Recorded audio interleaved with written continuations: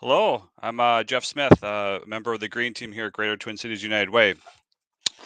Um, the Green Team is an employee group that works here at Greater Twin Cities United Way to reduce the environmental impact of our building operations and our work practices. It educates employees on the intersection of environmental justice and our organization's mission, and builds camaraderie around a shared interest in sustainable living. So, So for those of you here at United Way, I want to let you know that there is one more event taking place for Green Week coming up on Friday. It's an in-person volunteer cleanup at Boom Island. So check your calendar for that event. Um, I'm here to introduce Bud Burge, who is probably needs no introduction internally. He is a digital media content producer at Greater Twin Cities United Way. He is the winner of the Greater Twin Cities United Way Changemaker Award and a volunteer documentary filmmaker, which is why we are here. And Bud is going to tell us a little bit about the film and why he created it. So turn it over to you, Bud.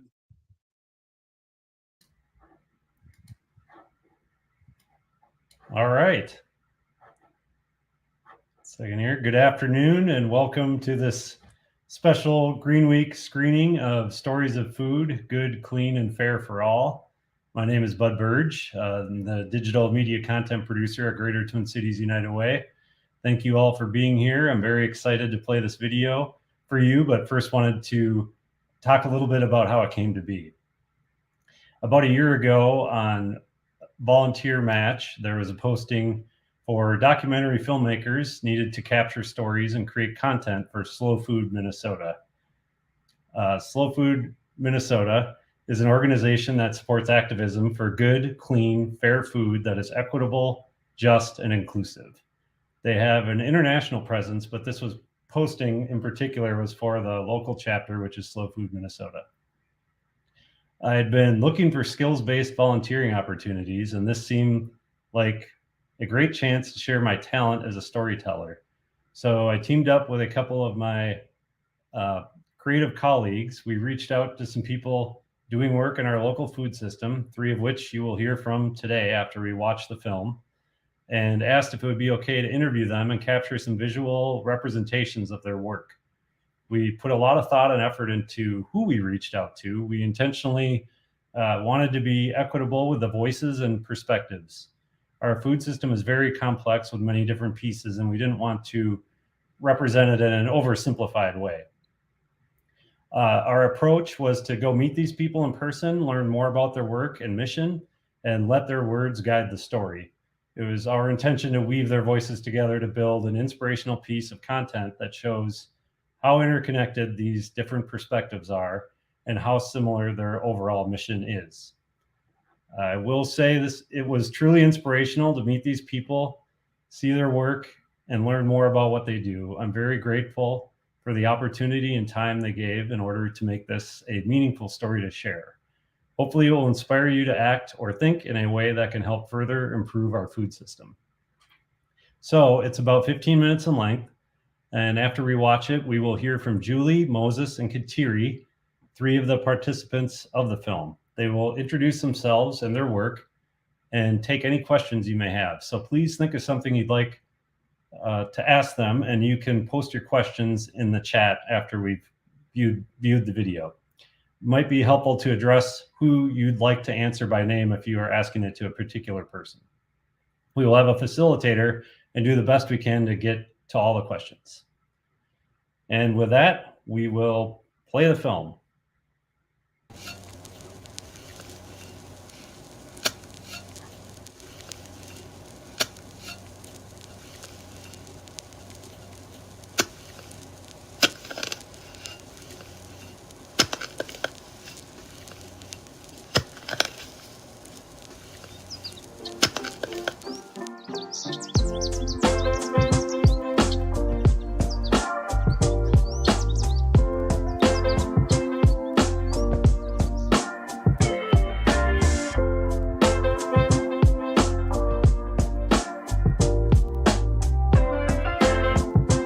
My name is Rodrigo Cala. I am an organic farmer from Turtle Lake, Wisconsin. I arrived to this country in 2004. I was working for a factory making horseshoes for 10 years. But one day we're going to try to find some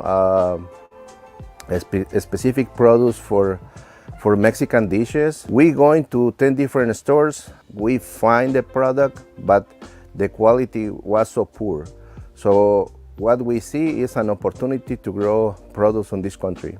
We grow tomatoes here, we grow onions, we grow peppers, we grow lettuce, kale, collards. We grow like 50 different crops just for selling in the cities. We are certified organic here at Dawn to Dusk, and we teach incubating farmers also on how to be organic. To be organic certified, you have to think in a holistic way. Essentially, you have to think of the soil as a living thing, because there is life that goes on under the soil. Applying pesticides and using practices that are harmful to the soil are really not what we do. We try to make the soil better than how we found it. My name is Vanessa Casillas. So at the Gatherings Cafe, we make Indigenous foods, and we are located in the heart of the Indigenous community. We do employment training. We work with people who have no experience or little experience in the food industry, and we teach them in a way that's focused on the Indigenous lens. When we first started making meals, we started at about, I want to say 100 meals. And that grew to about a little over 200 very quickly.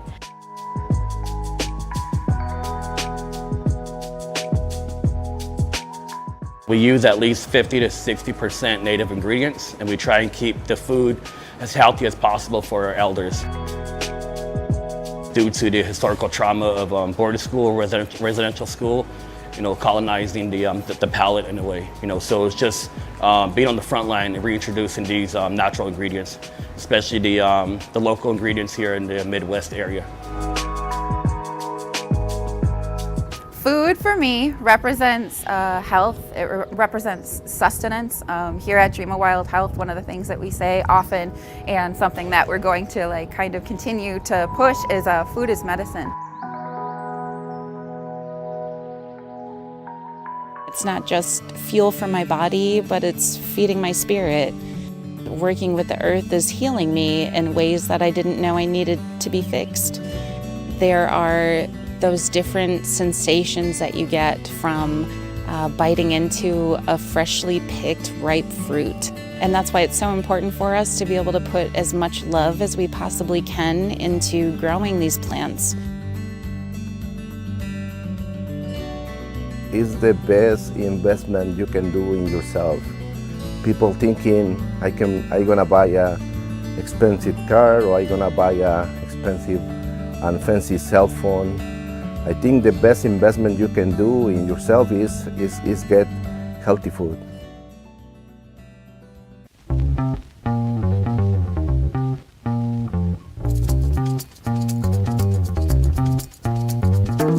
My name is Julie Grossman. I'm an associate professor of horticultural science and agroecology here at the University of Minnesota, and my research focus is on organic agriculture. I lead a research lab that focuses on soil fertility within organic agriculture systems. So we try to figure out ways in which we can fertilize vegetable crops without needing to use synthetic or chemical fertilizers. Our lab works really closely with farmers. We love to work with farmers. Emerging farmers, which are often defined as new immigrants or farmers of color, to work with them to get their questions, the questions that are most pressing to them, answered on their farm.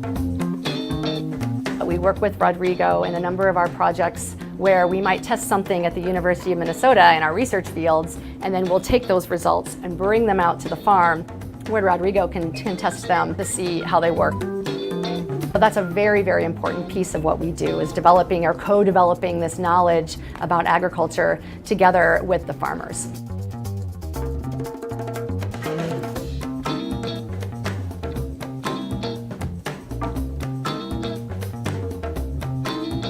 climate change is a big issue for farmers. And I don't think it's a problem just for the farmers, it's a problem for everybody. If you want to eat 3 times a day, it's your concern too. So we need to start doing realistic things for change that. And we don't have the time. People, they think it's gonna be in 20 years, it's gonna be in 50 years. I don't see that time. I see we need to start doing right now. You are what you eat. If the food has pesticides, if the food is of low nutrient value, it's the same for you. I think it's very important to know who is growing your food, where the food is coming from. It's so important for us to continue to educate the community on why our food is important, not only how it's grown, where it's grown, and by who, but here we take special care in the soil. We know that our silent coworker who makes everything grow for us needs to be taken care of and respected. Every single day we take a step and step on her. And she is carefully nourishing the crops that we're growing, feeding the soil, ensuring that we're respecting her in a good way, just like my ancestors did, is the first step in creating a healthier food system. Our lab really focuses on utilizing natural or ecological processes that we're just starting to understand to make our agroecosystems and our agricultural systems more sustainable. So our lab studies what are called cover crops, which are non-harvested crops that are grown specifically to improve the soil. And we know, over years of research, we know that using cover crops can build soils, can help improve soil health over time. You can see small pockets of hope in the countryside where you can drive by and see that there's a covered field with green, and it's not brown. And so seeing those pockets of green means that people are trying to cover the earth, regenerate her, and make sure that we're being conservative about our soil loss. We all have a responsibility to play in taking care of our environment, and agriculture has a huge impact on the environment. We have a lot of negative implications of the way we're growing food today, including runoff of nutrients into our water bodies, which causes contamination. We have soil degradation happening at a widespread pace. Not only do we need to change things so that we're not heading down this negative path, but we need to find ways to do it better and improve the system.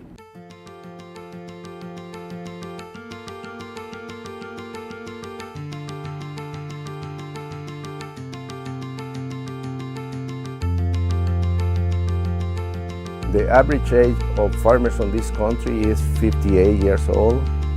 So for me, I have a question: who is gonna be the next generation of farmers in this country? Here I've been reminded about the intergenerational work that we're all doing. It's not just about growing food, but also to empower our youth.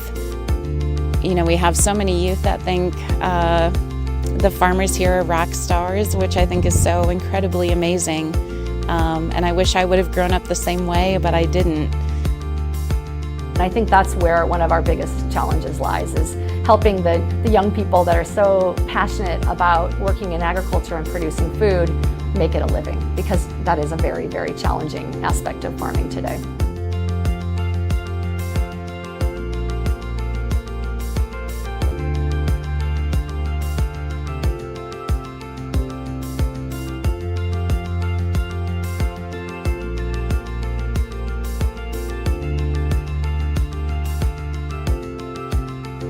One way to break that land access barrier was for us to open up our land. We actually wanted to start with like 3 farmers, of 3 to 5, but we ended up with like 15 farmers in 2020, and that is how we decided to try and make this an incubator process. Emerging farmers here in Minnesota are a growing segment of our agricultural economy. We have emerging farmers producing many of our horticultural crops, our fruits and vegetables, on a small scale in the state, and they distribute those products through things like CSAs, mini restaurants. And so one way that viewers can actually be involved in that system is by supporting those farmers and making the effort to identify where they're selling their products.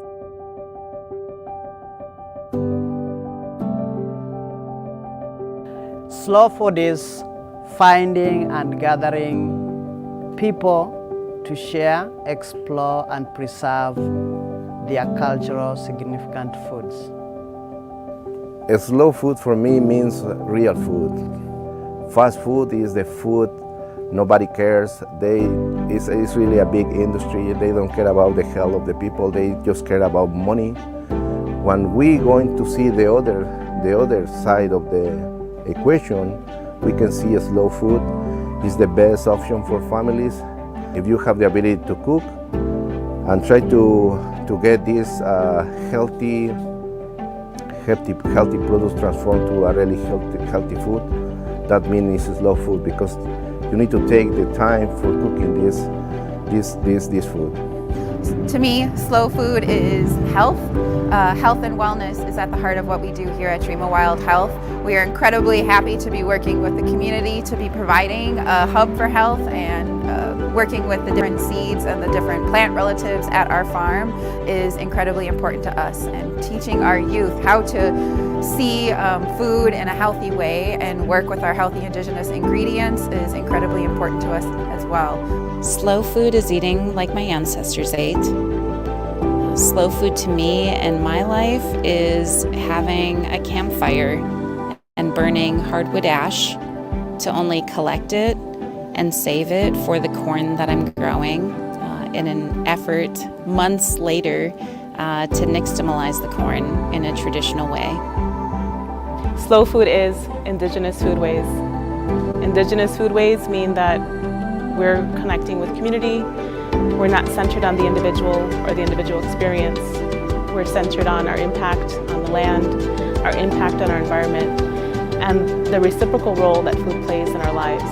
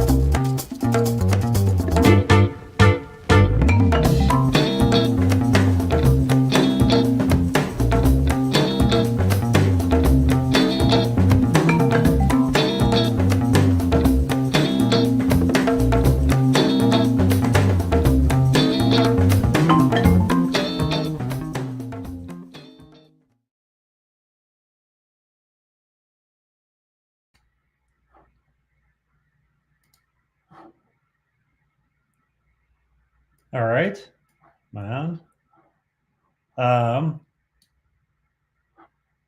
Okay, well, even though that only took 15 minutes to watch, it took about 8 months to make. Lots of early Saturday mornings are spent gearing up and driving long distances, but it was all worth it. So today I'm very excited to hear from Julie, Moses, and Kateri. They have given their time to be here, talk about the work they do, and discuss any thoughts or questions you might have for them. After they've all made their introductions, we will take questions from the audience. You can put those in the chat, and we will start with Julie. Great, thanks, Bud. And before I introduce myself, I have to just say how cool I think it is that you guys have a green team at United Way, and your mission sounds just fabulous. So I think that's just awesome. So I'm Julie Grossman. I'm a professor at the University of Minnesota in the Department of Horticulture. So horticulture does like production of vegetables, fruits, flowers, turf grass is in our department. But by my training, I'm actually a soil scientist. So I run a large research lab here that focuses on organic agriculture and specifically soils within organic agriculture. As you can hear from the presentation and the farmers, like soils have a really important role, obviously, in vegetable production and organic production, because it's the cornerstone. It does a lot of the nutrients, provides a lot of the nutrients that these crops need for survival. So we focus on trying to get farmers' questions answered in our lab. And I have worked with a number of the farmers that are in the film already on research projects over the years. And I'd be happy to talk about that when we do our more detailed question and answer session. So thanks for having me today. Moses, you want to go next? Sure, thank you, Bud. My name is Moses Momanyi, and I'm happy to be here. I am a farmer, as you have heard, in Cambridge, Minnesota. I've been farming since 2009. Bought the farm in Cambridge in 2014. Been certified organic, and been selling at Mill City, Farmers Market, Kingfield, and Fulton with my family, wife and 2 kids. In 2020, we thought of having friends, and we ended up with a bunch of friends, 13 of them. And then last year we had 19. This year we're going to have even more. The goal is to help them move from just community gardens in the cities to actually farming as a business. And we are doing that through Kilimo, Minnesota. We have actually also formed another large organization that will try to work with individual African organizations, bring all of us together, and African Growers and Producers Alliance. So it's just, a lot of movement in the African community and around farming. Yep. And then in the incubator, we are just working to get the farmers 3 years to 4 or 5 years so they can be ready to go to farm on their own. Thank you. Kateri? My screen froze a minute ago. I was freaking out for the last 30 seconds. I'm glad it came back. But Hamataki Yepi, Yushkiawanchian Kapi, Chante Washte Nape Chu Zapi He, Kateri Sunshine Tuttle, Emaki Yapi, Imani Jaskahimatahan, Damakota Ye. So hello everyone. I greet you all with a warm heart and handshake. It's nice to see you, my relatives. My name is Kateri Sunshine Tuttle. I am Dakota. My mother is from Santee, or from Sisseton, and my dad is Santee, and I'm Dakota from Minnesota. I am the Indigenous Food Network Program Coordinator, the Indigenous Food, and I work for Dream of Wild Health. The Indigenous Food Network is a collaborative of Native-led community organizations in Minneapolis who are working together to rebuild a sovereign food system by identifying and leveraging organizational and community assets. The mission of the IFN is to rebuild sovereign food systems within the intertribal Native communities through collaboration. Our vision is to reclaim our health for future generations, recognizing that food is medicine. The Indigenous Food Network aims to increase access and consumption of Indigenous foods in schools and programs using Native American youth and serving Native American youth and families, And we are also aiming to strengthen the Indigenous Food Network as a whole and individual organizations to carry out the mission of the network. Some of our activities include food sovereignty talking panels, which we were able to do a few last year in collaboration with natives, which was really, really cool. We are currently working on a IFN youth gardening curriculum, so keep an eye out for that. That was a couple years in the making as well. We also have a 30-acre farm at Dream of Wild Health. At Dream of Wild Health, there are different programs on top of the Indigenous Food Network that I'd like to mention. Jessica, I'm not sure if Jessica was able to attend today, but I'd like to shout out Jessica Greendeer, our farm director and our seed keeper that was featured in the film today. I also have a bunch of partners that I work closely with that were featured in the film as well. So just a shout out to our close partners at the Indian Center and Vanessa Casillas and Brian Yazzie. Yes, lots of different things going on at Dream of Wild Health. We have a 10-acre farm that grew right before COVID into a 30-acre farm. So we just have a lot of seeds going into the garden right now, a lot of different considerations at the farm right now. Our team has grown exponentially in the past few years, and we're just looking forward to growing with the community, continuing to work with our community to integrate like our different healthy Indigenous foods and produce from our farm. And yes, another thing that's at the farm is the BIPOC incubation program that we're developing at the moment, trying to loosely cover a lot of stuff that we're doing.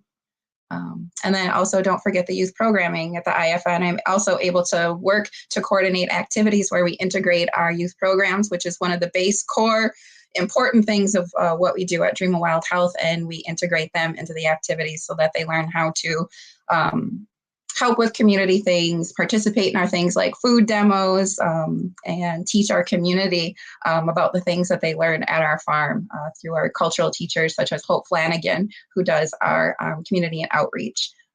But it's nice to see everybody here today. We'll stop there. All right, great. Thanks for all the intros. Looks like we got some questions in the chat that we are going to try to address here. Let's see here.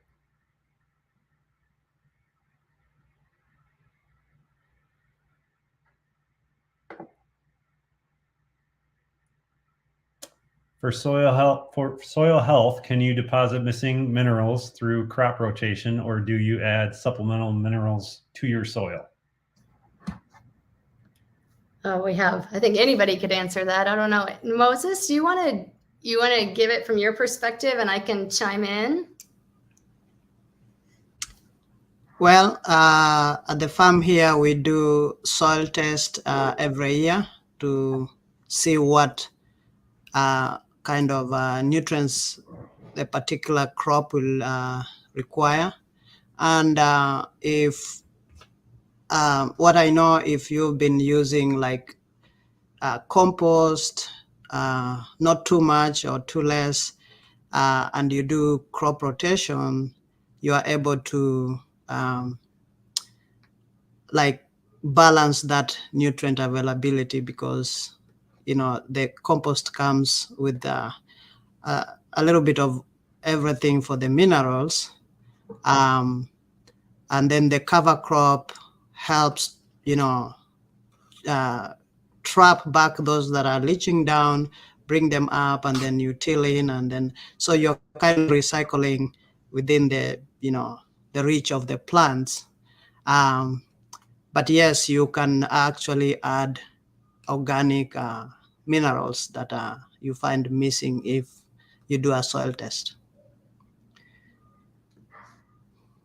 And I think I could add to that too. It's a great response. And there's another question I saw in the questions about cover crops, and so I think those are really related to that question as well about minerals and replacing nutrients or minerals that the crops take out. Because every time we harvest our farm or our garden and we take those vegetables or fruits or whatever we're taking out, we're taking the nutrients with them. So when we think about crop rotation, especially on organic farms, we automatically think about cover crops being rotated. And cover crops, as you could hear from the film, are just crops that we're planting because they have this special ability to improve soils. And so that the cover, just by having those cover crops in the rotation, we're not harvesting them. So all that stuff we're growing, all that biomass gets added right back to the soil. So it improves nutrient cycling in soils in that way. But one of the really cool things about cover crops is that a lot of them are legumes. So many of you probably think about legumes as being like beans or peas, things we're eating. But in this case, we can grow legume cover crops, and those legume cover crops will add new nitrogen. So it'll add like free fertility to your farms because they can carry out this really cool process with soil bacteria. So that's a way that organic farmers often will deliver like new sources of nitrogen or that fertility to their soils through those legumes. So if you're rotating with legumes, that's an added bonus. It's a good thing.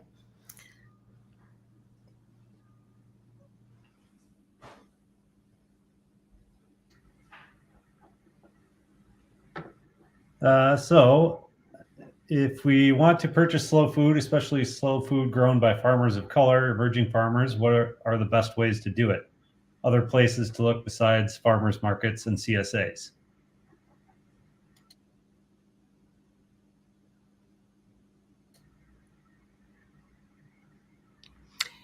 Well, as you saw, there are really few, like I would talk about African farmers. There are really few in the state. And I'm hoping, with working with these 19 farmers, I know hundreds of them that are just community gardeners, and they'd like to do farming and grow and sell. So one way is to look and support, the growth of these communities as they work through the system to get to, be farmers and own land. Besides that, also just being involved in local community networks, those are really a great source to know where the farmers are. We have Midwest Farmers of Color, which is an organization that is trying to map out all the farmers of color in the state. And then, there's HAFA, there's LADC, there's Kilimo. There are these different organizations, but just being in a network will help, get down to where these farmers are. Great. I'm going to interject here with a quick question, and that's kind of addressed to all of you, since it is Green Week in spirit. How does the slow food movement contribute to environmental protection? It'd be great if each one of you kind of had a response in some capacity. I guess I can go real quick with that. I actually tried to prepare a little bit because I didn't want to be stumbling over my words. So I apologize, but I'll be reading a quick answer from that. So the slow food movement contributes to environmental protection because it encourages people to think about their food systems, like where you get your food. Is it produced in an ethical, environmentally sustainable way, which is for sure stuff that we should be thinking about. It also encourages people to work together to create their own models for food sovereignty. I work heavily in the realm of collaboration and food sovereignty. And in my experience, working together to amplify what it is you're doing is the most effective way. So I just like to say that that's something that really contributes to the slow food being environmentally protected. Yeah, I want to underscore that. That's a beautiful answer. And because I think of slow food as being a connector between the farmers and the people that are the eaters who are buying the food. But, there are people like us that are sort of in the middle where we're trying to answer farmers' questions and take on some of the risk that they might have in using a new approach to, maybe they want to try a new cover crop, or they want to look a little bit in more detail at what a particular crop is doing to their soil. Is it taking out nitrogen? Is it adding nitrogen?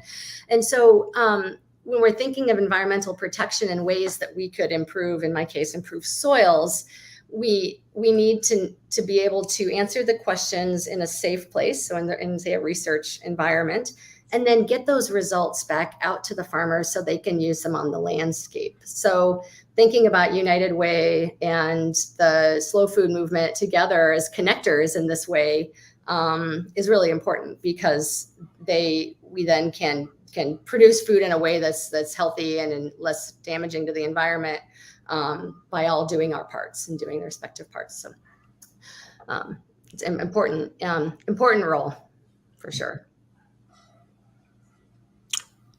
Yeah, when I think of slow food, I think of the micro system of food production. So Minnesota, it has 80% tillable land, but is also 80% commodity crop, which we don't eat.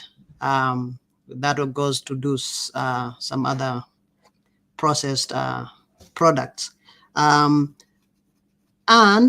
that means between winter and summer, we are still getting food from outside the state, mostly from the southern states. So slow food will be like, if you think of environmentally, what it means is, think about all the energy that has been spent to bring that food over here. Yet we have land here that we could grow that local food. So if we support local food as much as we can, we will be limiting a lot of the environmental things that we do. And we have also talked about other industrial food production processes like CAFOs, where it's like this huge operations that have thousands and thousands of chickens or cattle or something like that. They emit a lot of environmental pollution. So just think about locally sourced produce, and you'll be doing one step to environmental protection. Okay, we're going to do one more round of panelist discussion question, and then we will get back to the Q&A. So if each of you could answer, what do you hope viewers do after watching this film and or listening to our discussion today?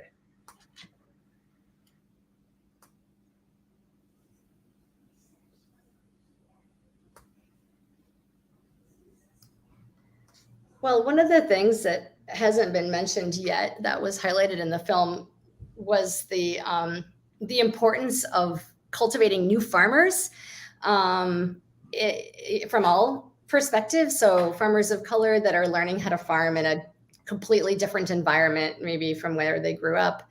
In my case, students at the University of Minnesota. We have so many students here who are undergrads, and they're coming into farming completely new. They didn't come from farms. They're really, really passionate about agriculture and farming, and specifically thinking about agriculture and food production in environmentally sound ways and using ecological approaches. So figuring out ways that we can support those students is really, really important, because they're going to be our food producers of tomorrow, as well as supporting the farmers that are in the film through purchasing food from places that we know will support them. And so both of those things I think are equally important, and is what I hope people will take away with them after watching the film.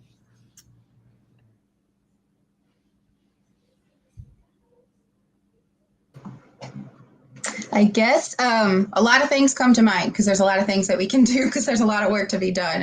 The first things I guess that come to mind for me are just, I hope that people just do a little bit more research on all of the farms and the people that are featured in this film, just to kind of learn what it is what your local food system looks like. Also, I would like to encourage people to start thinking generally about soil health. I work with a farm, but I actually get to work very closely with our urban community partners. But just being able to learn from our elders and people that I work with at the farm, including Jessica Greendeer and Hope Flanagan, our soil health is really, really an important issue right now. And I really would push everybody to learn a little bit more about what that is. As Moses had mentioned, and other farmers on this film had mentioned, there really isn't a lot of time to kind of deal with the soil health and topsoil health. So that's something that I would say. And then also, lastly, just try to figure out what you can do to support your local food systems. If you can start small, like I have people that I know that try to reach out and figure out where they can get eggs. I have people that are trying to figure out different places, their tribal systems that offer things like buffalo meat or whitefish. I know that that's not something that's generally available to people that are not tribally affiliated, but just kind of doing what you can to make your own connections with your local food system and try to think a little bit more about where that comes from and the work that goes into that and the ethical issues when it comes to what seeds we're using, GMO versus non-GMO, and those sort of issues. There's so much to consider. Thank you. Yeah, I'll just say the same thing. Buy at least from a farmer, know a farmer. That's what we normally say. Visit a farmer, visit a farm. Even now they have online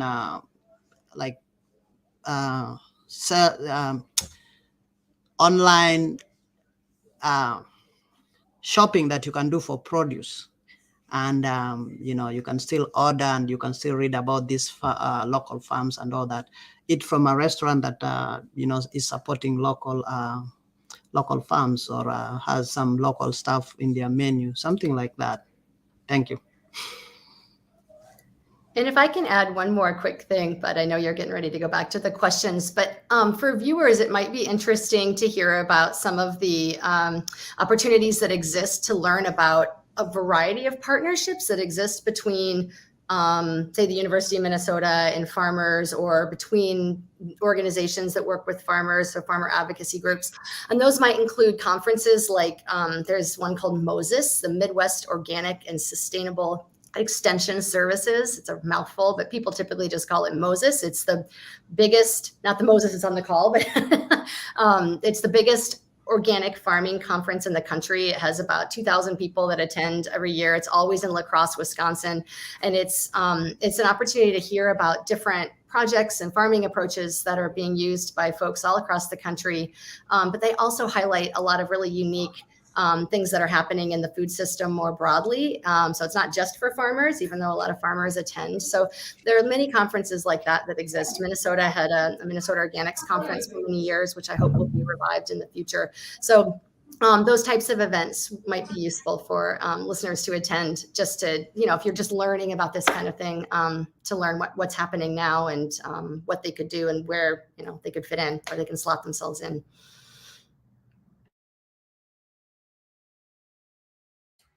Great. I think we're going to get back to some questions here. This comes from CC. What are some examples of barriers facing emerging farmers and examples of how opportunities are being created or made more accessible?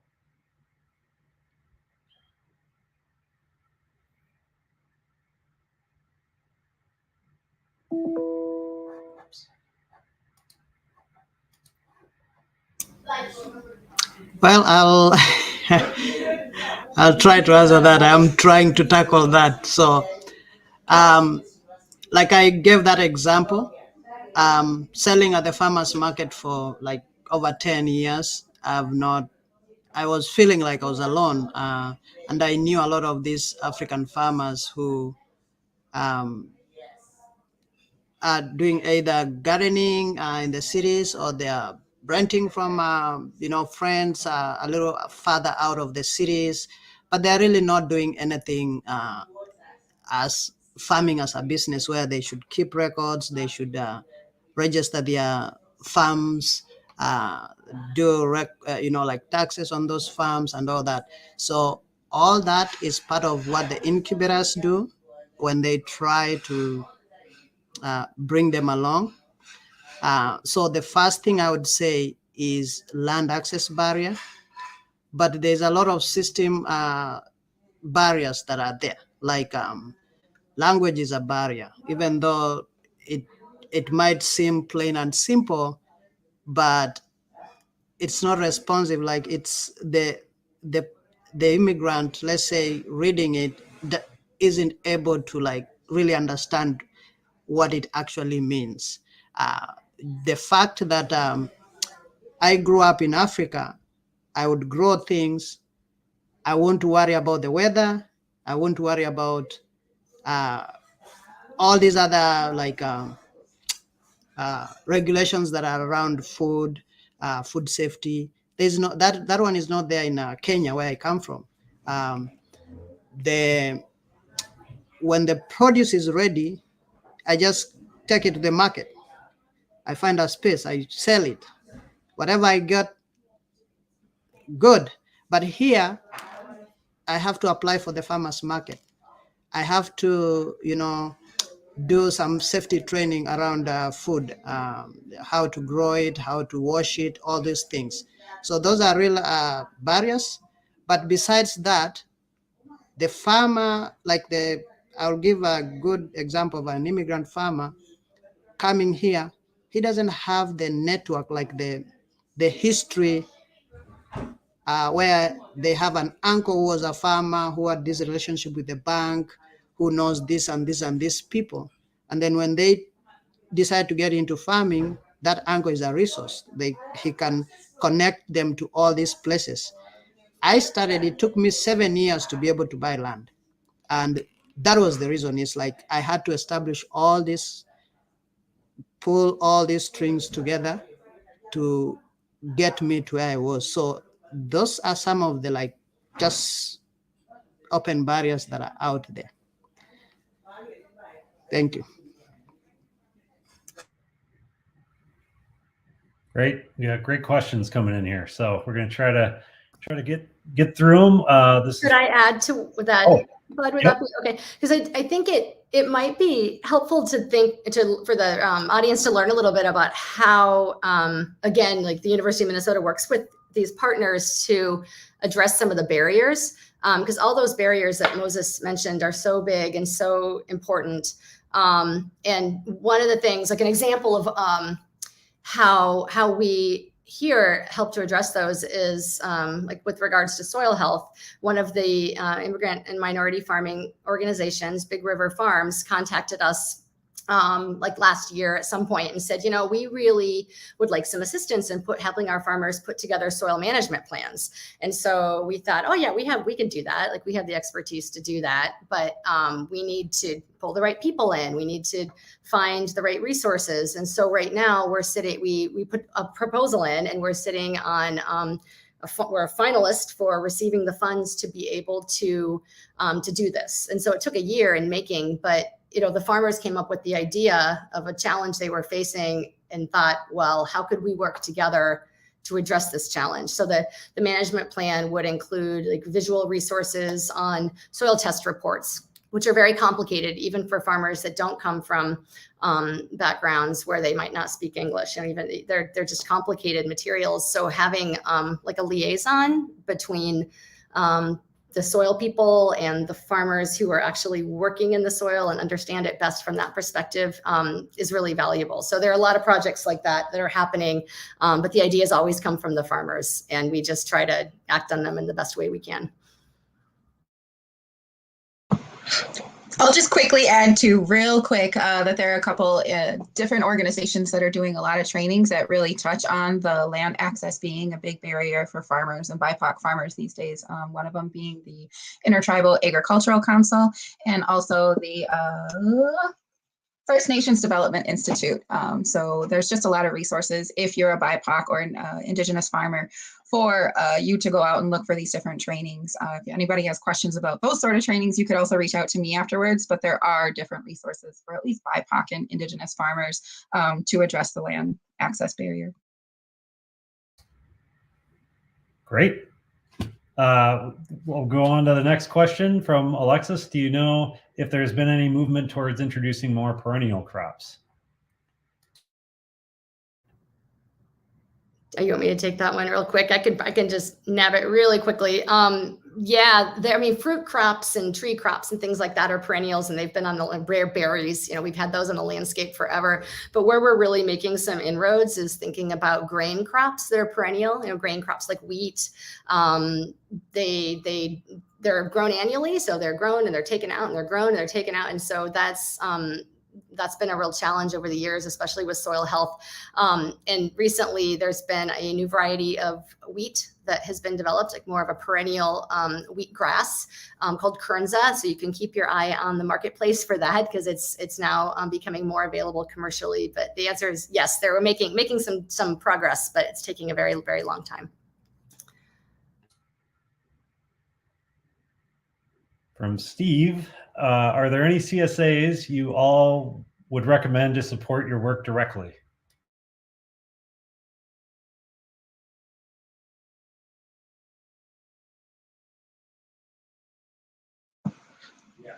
I'll just jump in real quick and say that Dream of Wild Health Farm definitely has a CSA model type program, but our shares are called Indigenous Food Shares, so they're IFS boxes.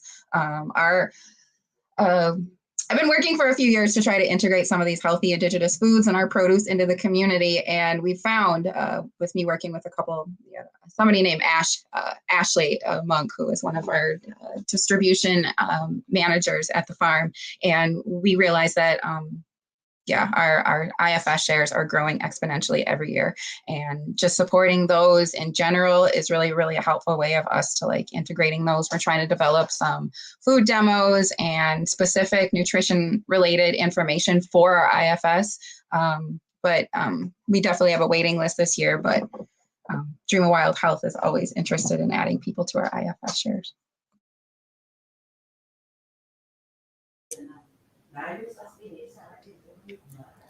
From Caroline, what are some resources if we want to start growing our own food? How do we learn about soil, crop rotation, etc.?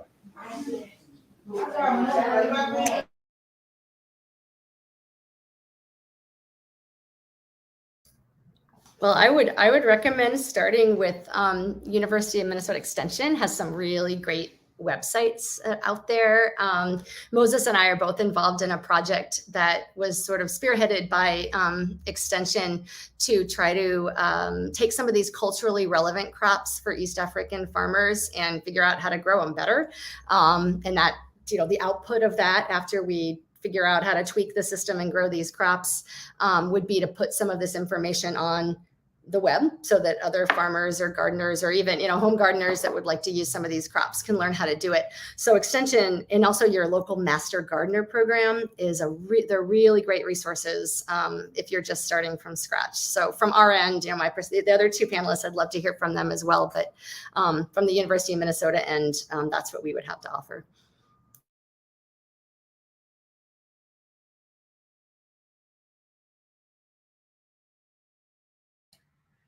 From Liz Williams, Kateri, what are you hearing from Native youth right now regarding food sovereignty?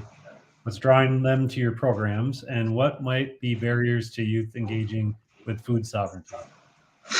Liz, thank you for that question. Our youth are, the most important part of what we do at the farm. It's the oldest program at Dream of Wild Health, and yeah, we really, really try to connect our youth with all of these different food sovereignty aspects.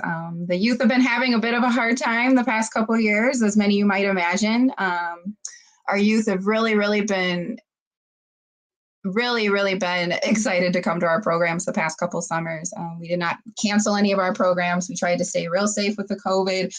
But what we're hearing from our youth is that they really they love working with our farmers at the farm. They like learning about the plants. They like learning about foraging. They like doing hands-on things with our traditional medicines, including sweetgrass. These connections are really, really important to them right now, especially during COVID, because it's keeping them learning. It's keeping them social with other Native kids. It's connecting them to their culture, which is one of the main reasons why all of our youth come to Dream of Wild Health. I grew up in the Twin Cities, and I've always been very aware of Dream of Wild Health and their connection to our community.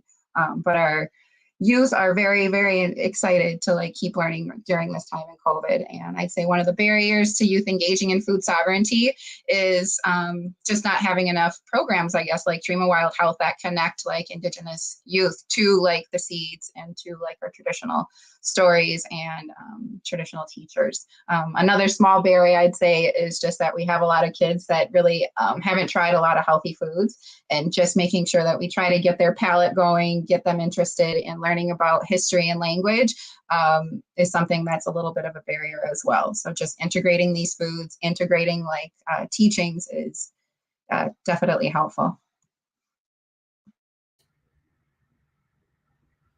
Okay, I think we got time for one more question, and I'll do a quick kind of outro wrap up here with everyone. So from Emily, have you seen climate change affecting your work, and have you found any solutions to the challenges so far?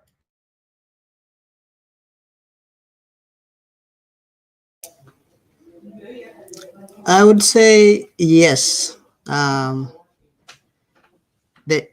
easier one I would say is the water needs for farming. As a farmer, we are always keen on the rain and the drought.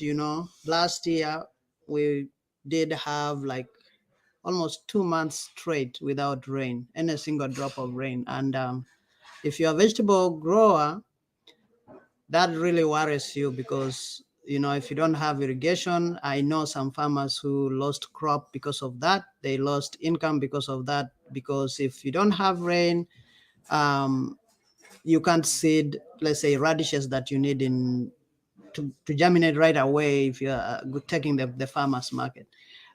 So we did a lot of irrigation, and most farmers said they did a lot of pumping water from the well. Besides that, we are seeing also changes in spring and fall. Like sometime you have too early spring, and then that makes the plant sort of want to flower early, and then it comes cold again and you lose that crop because of the frost.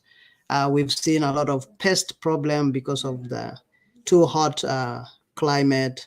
Last year we had a really problem with the cucumber beetles and potato beetles, and I link those to changing weather patterns. Thank you. All right, well, we're getting close to the end here, but this has been a fantastic session. I want to end it just by thanking everyone for coming and being involved and asking questions. I want to hopefully get in real quick. I know Moses currently has a GoFundMe. He's on the lookout for some, I believe, freezer investment. You can speak to that, Moses. I think I just wanted everyone to know about it, and maybe we'll end it here quick by just asking, what are some ways such as that people can get involved with your organization and or any sort of volunteering help you might need? Thank you, Bud. Yes, because we moved the 20 farmers to Lino Lake. Lino Lake is a land that is closer to the cities, cuts their commuting into half. Last year, a farmer put 10,000 miles just to drive to Cambridge and back every day. And that is like 5,000 in expenses. So we want to put a well, a fence, and a cooler in these 11 acres that are in the Lino Lakes, which is very close to the cities. So that's why I started the GoFundMe. And this is also one way of building this new incubator called Kilimo, so that we can continue training these farmers. So your support is really appreciated. Thank you.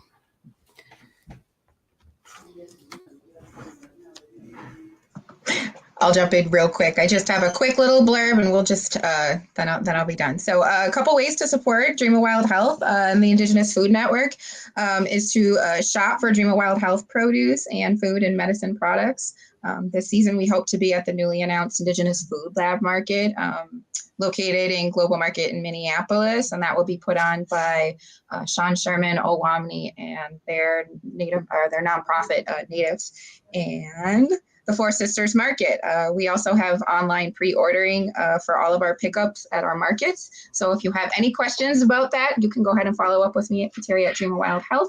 And also the last thing I'll mention is that we have an IFS Share Solidarity Fund, which you can always go to our Dream of Wild Health site at and add to that. This is going to be able to help supplement all of the people that want to get involved with our IFS program and don't have the funds to do so. So thank you, everyone. And I would say that just linking us to funding sources to support our partnerships, all of us, I think is really, really important. I mean, I am talking to United Way, so I know you guys know a lot about how to do that, but anything that can link together these diverse partners to raise us all up together in our work would be wonderful. This video was so much fun to put together. I really appreciate everybody's effort in making it happen, because these are, the farmers that are highlighted and the organizations highlighted are really important in creating a sustainable and just food system. So hats off to the producers that put this thing out. We really enjoyed it. Okay, thanks everyone for being here. It was great to share this with you all. Feel free to reach out to me if you have any further questions or thoughts. And please share this video with anyone who might be interested. Just the more the merrier. So thank you and have a good day. Thanks everybody. Bye-bye. Bye. Okay. Bye.